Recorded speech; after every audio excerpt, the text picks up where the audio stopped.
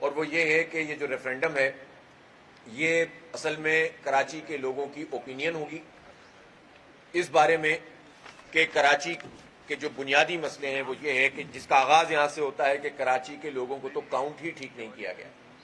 جماعت اسلامی کا یہ واضح موقف ہے اور بالکل ٹیکنیکل گراؤنڈ پر ہے, اور اس میں ہم نے تمام ایکسپرٹس کی اوپینین کو اور دنیا بھر میں شائع ہونے والی جو رپورٹس ہیں جو ڈیموگرافی سے متعلق بھی ہیں اور جو کراچی کے ڈیولپمنٹ سے متعلق بھی ہیں, چاہے وہ UN کی ہوں, چاہے وہ مختلف ادارے ہیں جو دنیا بھر میں کام کرتے ہیں یورپ میں, امریکہ میں, اور چاہے پاکستان کے وہ بڑے دانشور جیسے ڈاکٹر عارف حسن صاحب مشہور آرکیٹیکٹ ہیں, اور ڈاکٹر مہتاب کریم صاحب ڈیموگرافر ہیں, اور وہ خود سندھ کی نمائندگی کرتے رہے جب یہ 2017 کا جو ہے وہ سینسس ہو رہا تھا.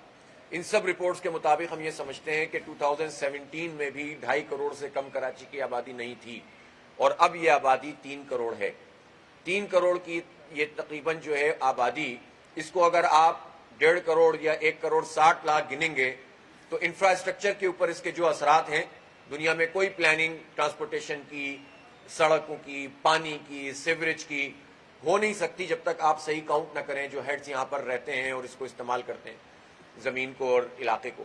لیکن افسوس کی بات ہے کہ کراچی شہر کے ساتھ یہ ظلم ہے, جو پاکستان کا معاشی ہب ہے, جو منی پاکستان کہلاتا ہے, تمام لوگ یہاں پاکستان بھر کے رہتے ہیں, اور انہی لوگوں کو پورا کاؤنٹ نہیں کیا گیا. یہ ایک ایسا اعتراض ہے کہ جینوئن بھی ہے, اور اس کو سپریم کورٹ میں بھی جو ہے وہ اس کے اوپر کیس موجود ہے, اور ہم یہ چاہتے ہیں کہ پبلک کی اس اوپینین کو حاصل کرنے کے بعد ہم جو ہے وہ اس میں فردر پھر اسٹیپس لیں گے تاکہ ہم یہ ان با اختیار لوگوں سے اپنے اس حق کو منوا سکیں کہ کم از کم ہمیں گنے تو صحیح وہ ہمیں جو کچھ بھی جو ہمارے ساتھ ظلم کر رہے ہیں وہ اپنی جگہ, ہماری تو آبادی کھا گئے ہیں یہ لوگ, تو ان سے کم از کم یہ حق تو ہم حاصل کر لیں. دوسرا بہت اہم ترین مسئلہ یہ ہے کہ کراچی کسی ایک جگہ سے آپریٹ نہیں ہوتا ہے. ہم چاہتے ہیں کہ یہاں پر با اختیار شہری حکومت کا نظام ہو اور اس کا والی وارث کوئی سسٹم موجود ہو کہ جو اس شہر کی ریپرزنٹیشن کر سکے. اس وقت جو سسٹم موجود ہے اس میں تو ہر آدمی ہاتھ جھاڑ کے کھڑا ہو جاتا ہے, جو میئر ہوتا ہے کہتا ہے میرا اختیار نہیں ہے, صوبائی حکومت وفاقی حکومت پہ, وفاقی حکومت صوبائی حکومت پہ الزام لگاتی ہے, کبھی کچھ, یہ سب سلسلہ چلتا رہتا ہے. اور سفر کرتے ہیں کراچی کے عوام, کراچی کے کنزیومرز, کراچی کے صنعت کار, کراچی کے تاجر, کراچی کے ٹرانسپورٹرز اور عام لوگ, غریب لوگ, متوسط طبقے کے لوگ. اور آپ نے اس کا پورا مظاہرہ بارشوں میں دیکھا, DHA سے لے کر سرجانی تک ہر آدمی رو رہا تھا, اور اس کے پاس کوئی جگہ نہیں تھی کہ جہاں کر کوئی اپنی فریاد پیش بھی کر سکے. ان کو جو اس میں ریسپانس تو دور کی بات ہے, ان کو یہی نہیں پتہ چل رہا تھا کہ کس سے بات کرنی ہے. تو جب 3 کروڑ کی آبادی کا یہ شہر ہے تو اس 3 کروڑ کی آبادی کے شہر کی ایک باقاعدہ با اختیار شہری حکومت ہونی چاہیے, اور جس کا ایک چھوٹی سی جھلک ہم نے 2001 کے جو ہے وہ اس میں دیکھی تھی نظام میں, اور آپ نے دیکھا کہ اس وقت نعمت اللہ خان صاحب نے کتنی ڈیولپمنٹ اس شہر کے اندر کی تھی. تو امپاورڈ سٹی گورنمنٹ جو کہ میگا سٹی ہے یہ, اور دنیا کے گلوبل سٹیز کی جو جناب کیٹیگری ہوتی ہے اس میں شامل ہے. دنیا کے 162 سے زیادہ ممالک سے زیادہ اس کی آبادی ہے, اور یہ پاکستان کو اتنا بڑا ریونیو جنریٹ کر کے دیتا ہے. ابھی ٹیکس کی رپورٹ آئی تھی تو آپ نے دیکھا ایک کراچی کو ایک پلڑے میں ڈال دیں پورے ملک کو دوسرے میں, تو آپ یہ دیکھیں کہ کراچی کتنا بڑا کنٹریبیوشن کر رہا ہے. لیکن اس کے ساتھ کیا زیادتی ہے, آپ سڑکوں پہ چل کر دیکھیں, انڈسٹریل ایریاز میں آپ چلے جائیں تو آپ کو اندازہ ہو جائے گا کہ وہاں پر کیا بدترین صورتحال ہے. اس کے بعد جو کراچی کا ایک بہت بڑا مسئلہ ہے وہ نوجوانوں کو ملازمتیں نہیں مل رہی ہیں. اتنی بڑی تعداد میں لوگ یہاں پر نوجوان جو پڑھ لکھ جاتے ہیں وہ گھومتے رہتے ہیں, سرکاری ملازمتوں کا تصور ہی لوگوں میں ختم ہو گیا ہے مایوس ہو کر. اور ویسے بھی جو ہے جب اتنا برا انفراسٹرکچر ہوگا اور صنعتوں کے لیے بھی یہ ہوگا کہ وہ یہاں سے شفٹ ہونے لگیں گی, تو یہ پرائیویٹ سیکٹر کے اندر بھی جابز نہیں مل رہی, کارپوریٹ سیکٹر میں بھی کمی آتی جا رہی ہے, اور پھر اس کے نتیجے میں یہ ہو رہا ہے کہ سرکاری ملازمت تو ملتی نہیں ہے. ہم یہ سمجھتے ہیں کہ اس مسئلے کو ایڈریس ہونا چاہیے, اور جو پیپلز پارٹی کی صوبائی حکومت ہے, یہ وفاق میں PTI کی حکومت ہے, اور وفاقی حکومت صوبائی حکومت تو یہ کر رہی ہے کہ آئین کے مطابق جو گریڈ 1 سے 15 تک کے ملازم ہوتے ہیں وہ تو پرائرٹی ہوتی ہے کہ وہ آپ مقامی لوگوں کو لیں گے. لیکن اگر 2 لاکھ ملازمتیں پچھلے عرصے میں یہاں پر سرکاری گئی ہیں تو پتہ چلا کہ 1,92,000 کا تعلق کراچی سے ہے ہی نہیں. تو یہ کیا جرم کیا ہے اس شہر کے شہریوں نے. ہم نہیں کہتے آپ کسی اور کو ملازمت نہیں دیں, لیکن اس شہریوں کا, اس کے نوجوانوں کا بھی اتنا ہی حق ہے کہ ان کو سرکار میں ملازمت ملنی چاہیے اور یہاں ایسے مواقع ملنے چاہیے کہ پرائیویٹ سیکٹر میں بھی لوگ جو ہیں وہ جابز حاصل کر سکیں. اسی طرح جو کوٹا سسٹم ہے وہ اب قانونی طور پر 2013 میں ختم ہو چکا ہے. 40 سال پہلے 10 سال کے لیے تھا, پھر 10 سال کے لیے, پھر 20 سال کے لیے.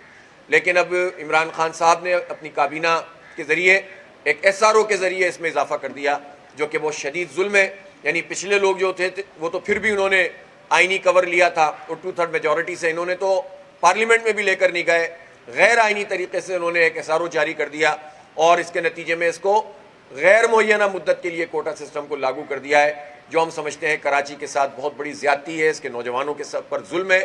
اس شہر سے اتنا بڑا مینڈیٹ لینے کے بعد اس شہر کے نوجوانوں پر عمران خان اتنا بڑا ظلم کریں گے اور اس کو واپس بھی لینے کے لیے تیار نہیں ہو رہے, تو ہم یہ سمجھتے ہیں کہ اس کے خلاف آواز اٹھانا کراچی کے ہر شہری کا حق ہے کہ جو یہاں پر رہتا ہے, یہاں کا پرماننٹ ریزیڈنٹ ہے اور یہاں پر جو ہے وہ ملازمت کا حقدار ہے. اسی طرح سے ہم یہ سمجھتے ہیں کہ یہ کراچی کا ایک ادارہ ہے کہ الیکٹرک, جو کہ KESC تھا, ہمارا ادارہ تھا, 1913 سے قائم ہوا پاکستان بننے سے پہلے. 80 کی دہائی میں, 90 کی دہائی میں یہ پروفیٹیبل ادارہ تھا اور پھر اس کو یہ کہہ کر کہ اس کی سروسز ٹھیک نہیں ہیں اور یہ لاس میں ہمیں 1.5 ارب روپے کی سبسڈی دینی پڑتی ہے, اس ادارے کو فروغ کر دیا گیا. ہم تفصیلات بتاتے رہے ہیں آپ کو مختلف مواقع پہ, میں زیادہ تفصیل میں نہیں جاتا, لیکن اس وقت صورتحال یہ ہے کہ 15 سال کے اس تجربے نے ہمیں بتایا کہ سوائے لوٹ مار کے اور سوائے لوگوں کو تنگ کرنے کے, لوڈ شیڈنگ کے عذاب میں مبتلا رکھنے اور اوور بلنگ اور تیز میٹر اور ہمارے پیسے جو کلو بیک کے بنتے ہیں واپس نہ کرنا, ملازموں کو نکال دینا اور ان کے نام پر جو 15 پیسے فی یونٹ لیتے رہے, اربوں روپیہ جمع ہو گیا اور ان کو نکال دیا ملازموں کو. ان سب زیادتیوں کے مرتکب یہ کہ الیکٹرک کی جو کمپنی ہے جس کے مالک لوگ ہیں, جس کے بارے میں ابھی چیف جسٹس صاحب نے کہا کہ اصل مالک کون ہے, کہ کہیں ممبئی سے تو آپریٹ نہیں ہوتی. تو چیف جسٹس آف پاکستان جب اس طرح کی بات کر دے تو آپ سمجھ سکتے ہیں کہ کتنی حساسیت ہے. اور یہ وہی بات ہے جو پہلے دن سے ہم کر رہے ہیں کہ جو اس طرح قومی ایسٹ ہوتے ہیں اس کو بندر بانٹ کر کے پرائیویٹائز نہیں کیا جاتا. آپ پرائیویٹ سیکٹر کو انکریج کریں, آپ پرائیویٹ کمپنیوں کو موقع فراہم کریں, لیکن جو قوم کے ادارے ہیں وہ قوم کے پاس رہنے دیں. اور حکومتیں اگر اپنے اداروں کو چلانے کی صلاحیت ہی نہیں رکھتی تو وہ کس بات پہ کہتی ہیں کہ ہمیں موقع دو اور ہم جو ہے آ کر ملک کی حالات اور تقدیر کو بدلیں گے. جب وہ قومی اداروں کو بیچنے کے در پہ ہو جائیں تو پھر کام کیا کریں گے وہ. اس لیے ہم پرائیویٹ سیکٹر کو انکریج کرنا چاہتے ہیں. کہ الیکٹرک کے حوالے سے ہمارا واضح موقف یہ ہے کہ ان کا لائسنس کینسل کر کے اور اس وقت فوری طور پر نیپرا ایک انٹرم سیٹ اپ بنائے. اس انٹرم سیٹ اپ میں ٹیکنیکل لوگوں سے مدد لیں.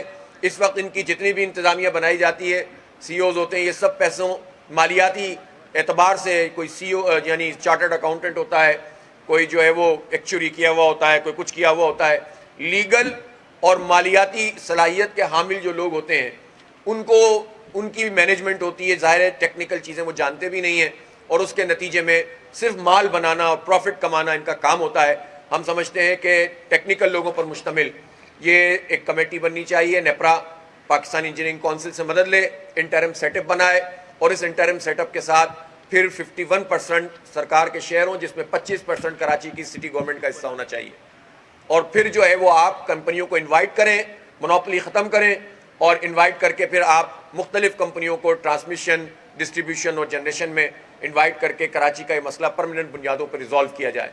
تو ہم یہ سمجھتے ہیں کہ یہ کے الیکٹرک کی جو زیادتی تھی وہ اب ختم ہونی چاہیے اور انہوں نے سب کو جو ہے تنگ کر کے رکھا ہوا ہے, لیکن حکومتیں ان کو سپورٹ فراہم کرتی ہیں اور ان کے, اب مجھے تفصیل کی اس وقت ضرورت نہیں ہے کہ کس طرح کون سے لوگ اب جو خود PTI کی معاشی ٹیم کا حصہ بن رہے ہیں اور توانائی کے سیکٹر میں ان کو لیا جا رہا ہے کہ جو پہلے کے الیکٹرک میں رہتے ہوئے ہمیں لوٹتے رہے ہیں.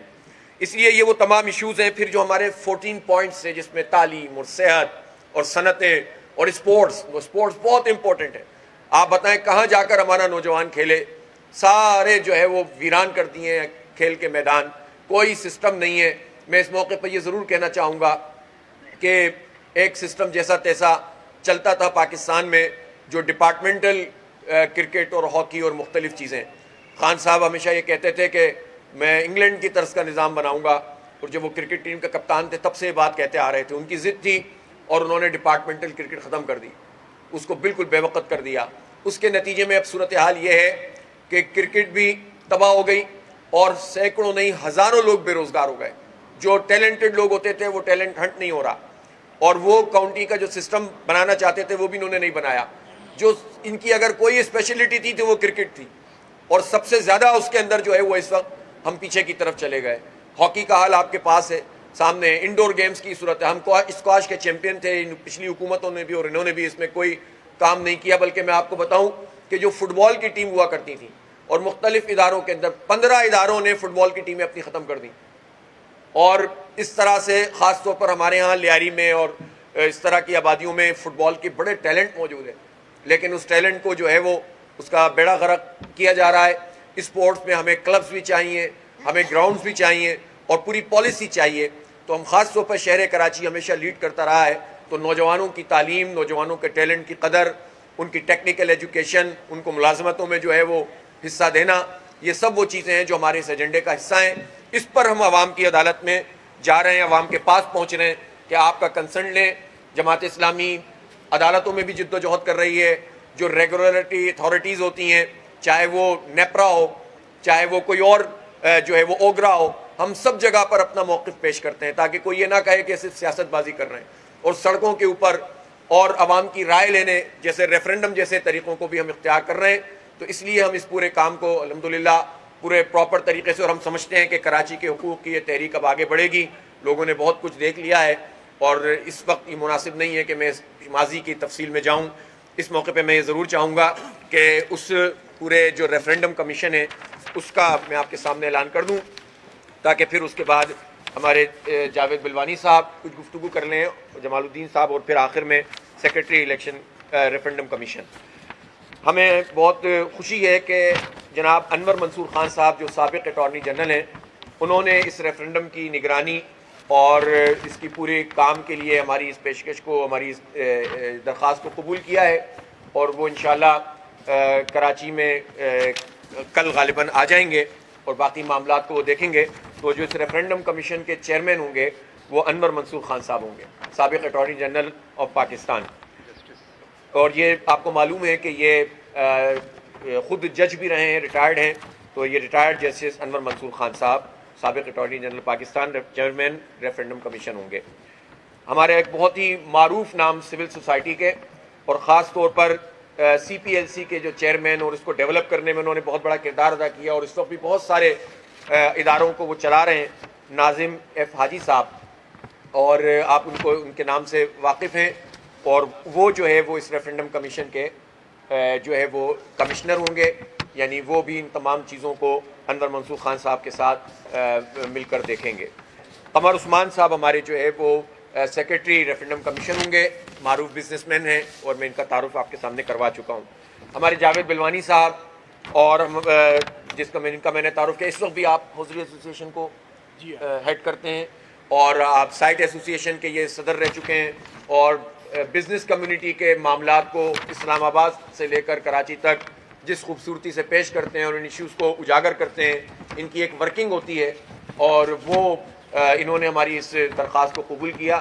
ہم نے آپ کو پہلے بھی بتایا تھا, ہم یہ چاہتے تھے کہ لوگ یہ نہ سمجھیں کہ صرف جماعت اسلامی خود ہی الیکشن کرا کے خود ہی جو ہے وہ رائے لے لے گی. ہم نے چاہا ہے کہ ایسے بھاری بھرکم نام جو اس شہر کی پہچان ہے اور اس ملک کی پہچان ہے وہ اس کی نگرانی کریں, تاکہ ایک اعتبار بھی لوگوں کا قائم ہو سکے. نعیم قریشی صاحب سابق صدر ہیں کراچی بار کے, وہ بھی ہمارے اس ریفرنڈم کمیشن کا حصہ ہوں گے. اور جو اس وقت صدر ہیں کراچی بار ایسوسی ایشن کے, منیر ملک صاحب, وہ بھی ہمارا جو ہے وہ اس ریفرنڈم کمیشن کا حصہ ہوں گے.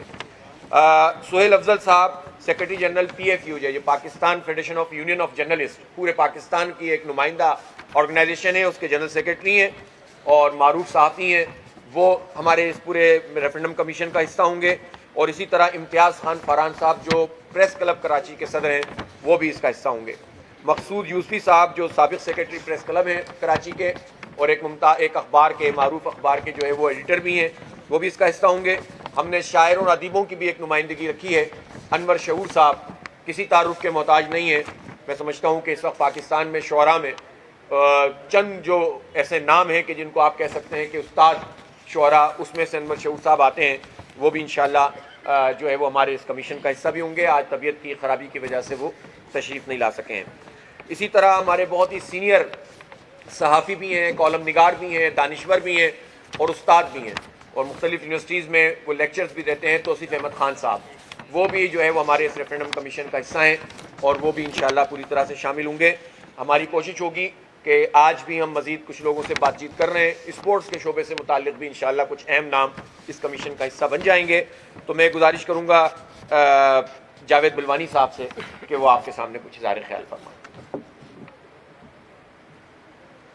بسم اللہ الرحمن الرحیم.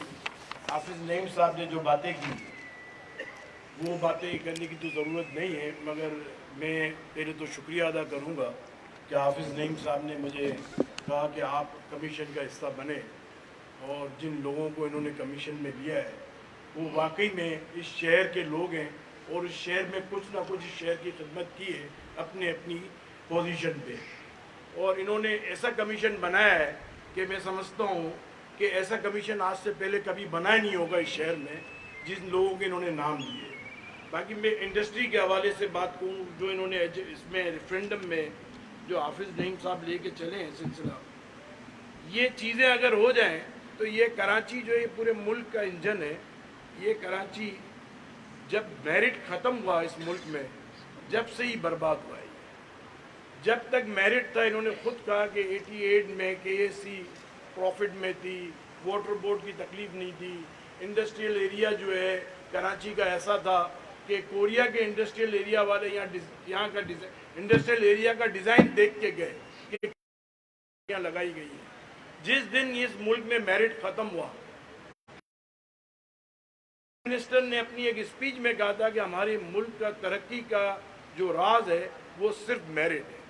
اور ہمارے ملک میں میرٹ جس دن ختم ہوا اس دن سے یہ ملک کی نیگیٹو گروتھ ہوئی ہے.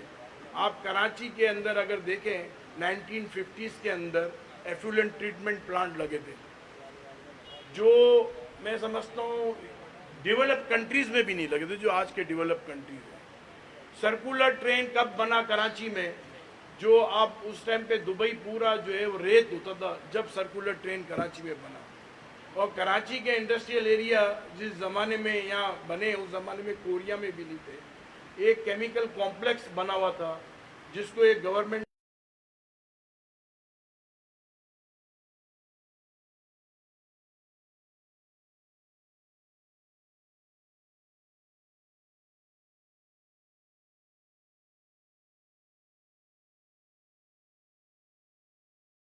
کئی ملکوں میں، میکسیکو، امریکہ، یہاں سے انڈسٹری شفٹ ہوئی. اور انجینئر اور ڈاکٹرز اس ملک میں جتنے بنتے ہیں مور دین 50% یہ ملک چھوڑ کے چلے جاتے ہیں کراچی کے. تو آپ مجھے یہ بتائیں جب یہاں کا برین ڈرین ہوگا، یہاں کی جو ڈاکٹرز ڈرین ہوں گے، انجینئرز ڈرین ہوں گے، تو اس ملک کا کیا ہوگا؟ اور یہ کراچی اگر 54% ایکسپورٹ کرتا ہے اور 57% ڈائریکٹ ٹیکس دیتا ہے تو اس حساب سے اس شہر پہ کیا خرچ ہوتا ہے؟ اور 95% سندھ کا ریونیو دیتا ہے. میں سائٹ لمیٹڈ کے بورڈ پہ ڈائریکٹر ہوں. نواب شاہ کے اندر ایک انڈسٹریل ایریا ہے جہاں پہ ایفلوئنٹ ٹریٹمنٹ پلانٹ بنا ہوا ہے، واٹر ٹریٹمنٹ پلانٹ بنا ہوا ہے، آفس بنی ہوئی ہے، اور وہاں ایک فیکٹری بھی نہیں ہے اور پچھلے 30 سال سے بنی ہوئی ہے. تو جہاں ضرورت ہے وہاں یہ چیزیں نہیں بن رہی. اگر یہ کراچی کے اندر کراچی کے سارے مسئلے حل کیے جائیں تو میں سمجھتا ہوں یہ ملک جو ہے ہاتھ پھیلانے والا ملک نہیں رہے گا، ہاتھ دینے والا ملک ہو جائے گا. یہ کراچی بھگوان سٹی ہے. یہاں آپ دیکھیں رفائی ادارے جو ہیں جتنے اس شہر میں کام کرتے ہیں یہ دنیا میں اس کی مثال نہیں ملتی. ہمارے پاس فورن بائرز آتے ہیں، وہ بولتے ہیں یہ کیا ہو رہا ہے، اتنا لوگ پیسہ دیتے ہیں کراچی میں. آپ کراچی کے اندر آپ جتنے رفائی ادارے ہیں وہ پورے ملک کے اندر کراچی سے چل رہے ہیں. آپ دیکھ لیں جتنے اداروں کے نام لیں تو وہ کون چلا رہا ہے؟ وہ یہاں کے کراچی کے لوگ ان کو فنڈ دیتے ہیں. بٹ کراچی کے لوگوں کو ان کے حقوق نہیں ملے. اور جیسے نعیم صاحب نے کہا کہ 3 کروڑ کی آبادی ہے اور 1.5 کروڑ، آپ مجھے بتائیں جو اتنے نااہل لوگ ہیں جو آبادی کا بھی کیلکولیشن نہیں بتا سکتے ہوں تو وہ اس شہر کی کیا حفاظت ہے؟ اس شہر میں لو اینڈ آرڈر نہیں ہے، اس شہر میں پانی نہیں ہے، اس شہر میں سڑک نہیں ہے، بجلی نہیں ہے.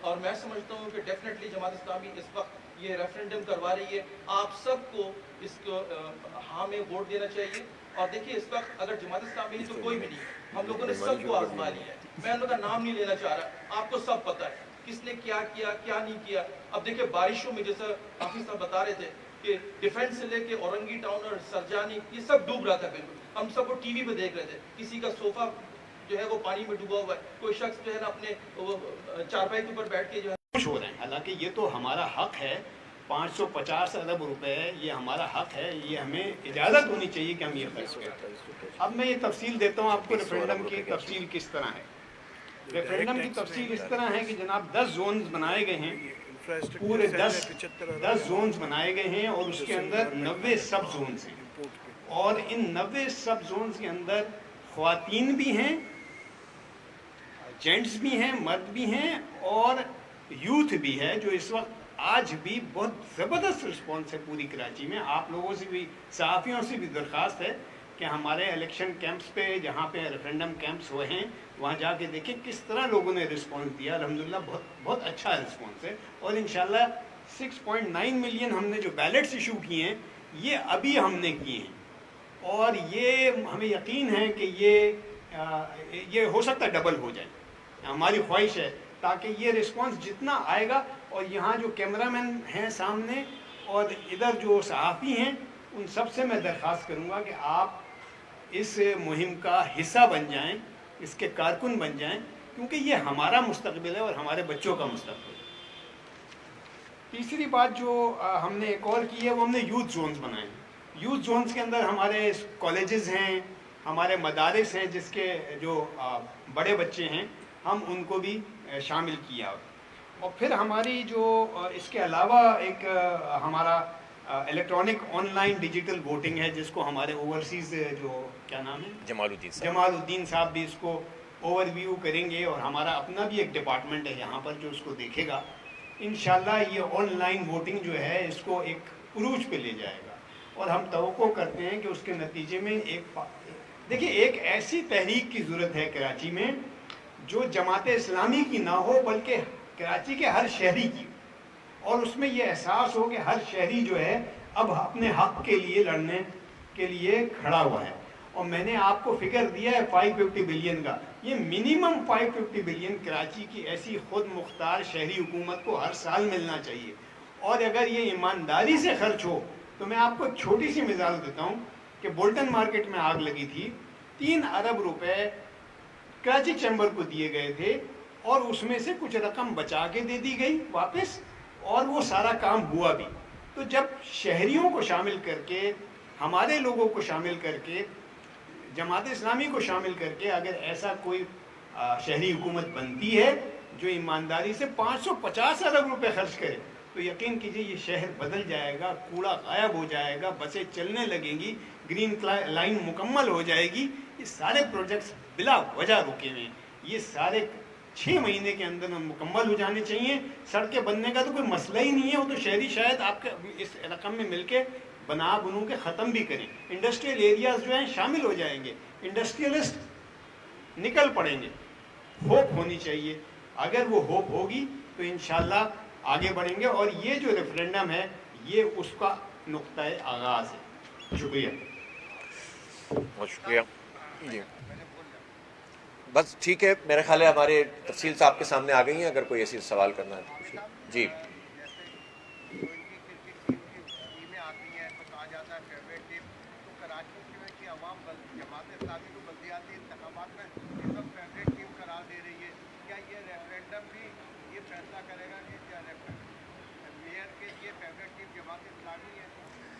اچھا دیکھیں, یہ تو جب الیکشن ہوگا اور ہم چاہتے ہیں کہ الیکشن ہو تو وہ اس وقت پتہ چلے گا.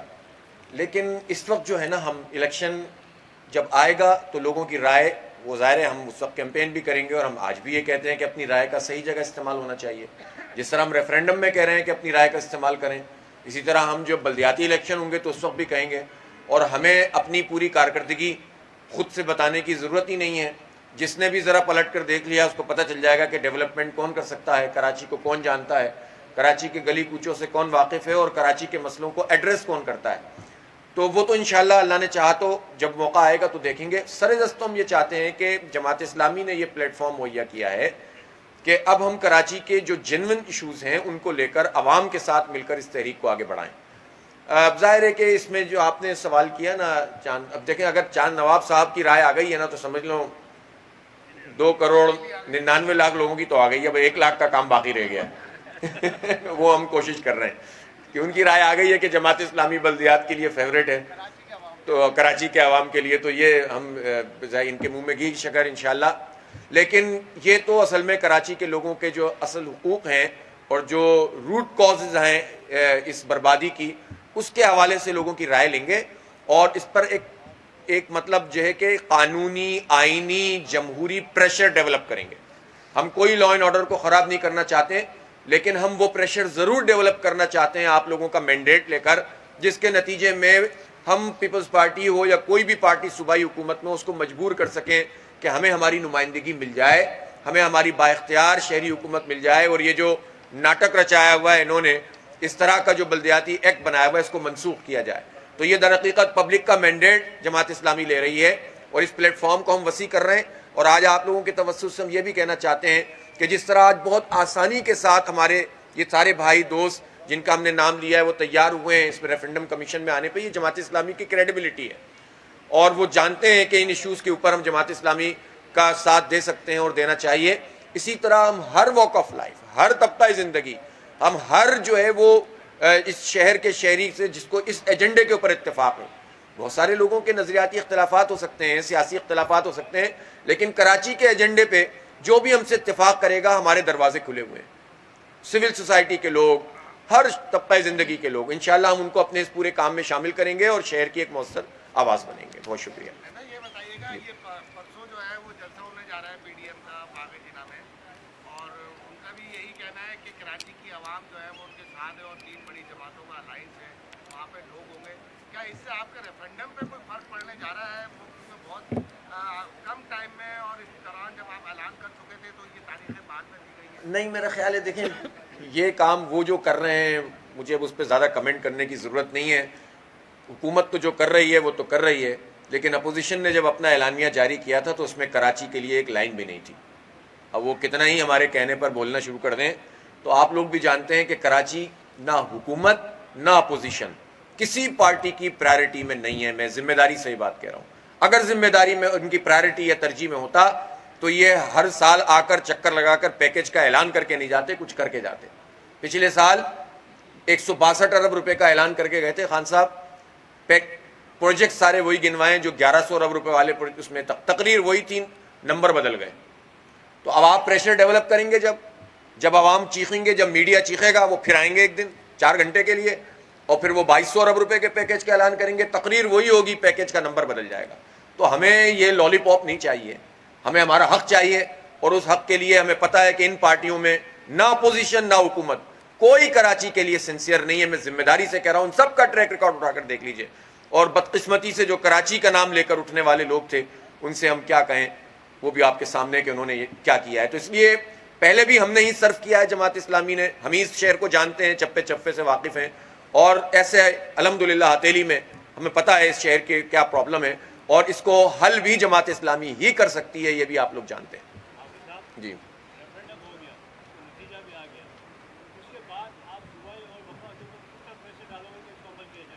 یہ ہر بات ابھی تھوڑی بتاؤں گا تو پھر وہ پریس کانفرنس میں آئیں گے کیسے, آپ کو ابھی سے بتا دیا تو. یہ جب یہ رزلٹ اس کا آئے گا اس کے بعد ہم آپ کو ایک پورا لائے عمل دیں گے. اور میں نے کچھ آپ کو یاد ہوگا حقوق کراچی مارچ میں بھی اپنی گفتگو میں کہا تھا کہ آج یہاں ہم لوگوں کا مینڈیٹ لے رہے ہیں, پھر ریفرینڈم میں ہم گراس روٹ لیول پہ جا کر عوام کا مینڈیٹ لیں گے اور پھر اس کے بعد ہمارے پاس کئی آپشن موجود ہوں گے پریشر ڈیولپ کر کے اپنی بات منوانے کے. جی جی